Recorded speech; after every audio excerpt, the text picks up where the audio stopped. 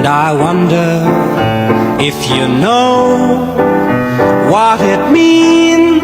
What do you think about all this UFO disclosure shit? Are you paying attention to it? Yes, sir. Yeah. You saw one UFO that's surrounded by little ones? And we saw something shiny. We looked up and I thought to myself, that can't be an airplane. Again, I'd like to know, how do you know that these were not our aircraft? And we saw two people. They were in tight black suit. And one of them was running in slow motion up across the ship. And the other one was standing beside the ship. That's pretty interesting, right? Yeah. You know what's interesting? Like how little people seem to care. Because if you see something and nobody believes you, what happens? People say to you, no, it wasn't true. Then you think that you're mad. Yeah. So why do these pilots believe what they saw in the skies were not of this earth? Say, oh, he believes in aliens. We are not alone, and our government has proof. This is really just the beginning. Buckle up because we have a lot more ahead. Do you believe in aliens? I believe in aliens. Are you an alien? Well, you know, we're all aliens. You've seen too many movies. Because we already know. Holy shit. Aliens are real. Whether you believe it's UFOs or something else, it seems like there is something out there that top government leaders do not want us to know.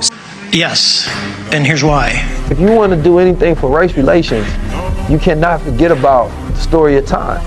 Damn. And I ain't gonna ever call it history. History is just a lie. Yeah. The story of time is about what happened on this planet. Not the stories that was told by the winners and conquerors that fit the propaganda of the controllers and rulers, but the true story on this planet Earth. Yeah. The Dogon tribe, who originally were the inhabitants of the land of Kemet, they were in Kemet first before they ended up getting ousted from Kemet and moving to Mali, Africa, where they have been now for generations. The Dogon tribe know of incredible celestial information. They know about Sirius A, B, and C, which is a star system light years away from here. They knew about Sirius B, which we couldn't see with our naked eye, and can't see with the naked eye, because we couldn't detect it until we developed the technology to detect it. The technology that we faced was far superior than anything that we had, and there's nothing we can do about it. Nothing.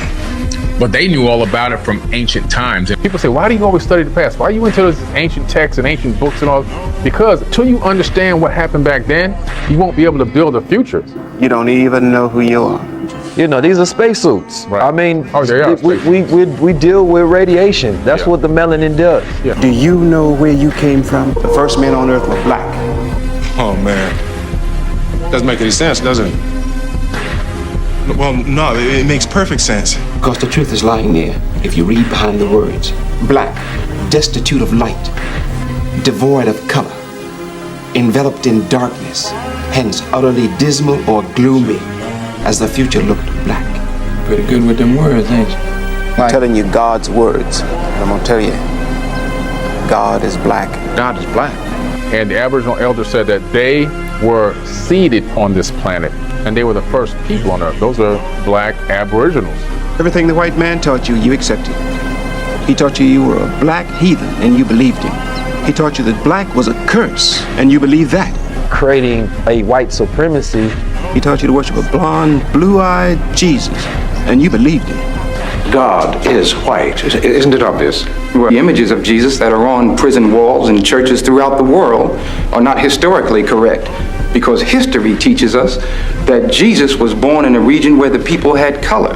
Just what are you saying? Jesus belongs to Africa. He was born in that part of the world. There's proof in the very Bible that you ask us to read that Jesus had hair like wool and feet the color of brass. Because the fear of a black planet is real. It's all about genetic survival. I can see this has become a struggle between good and evil. That fear has led people to wars. Identifying friend from foe is very important to us. Why don't you just ask your question? The same God that he says that he expresses the existence of is the God that the Christians profess to believe in themselves, and the God that the Jews believe in. Those who are Arabic speaking refer to him as Allah. Well, we believe in the same God.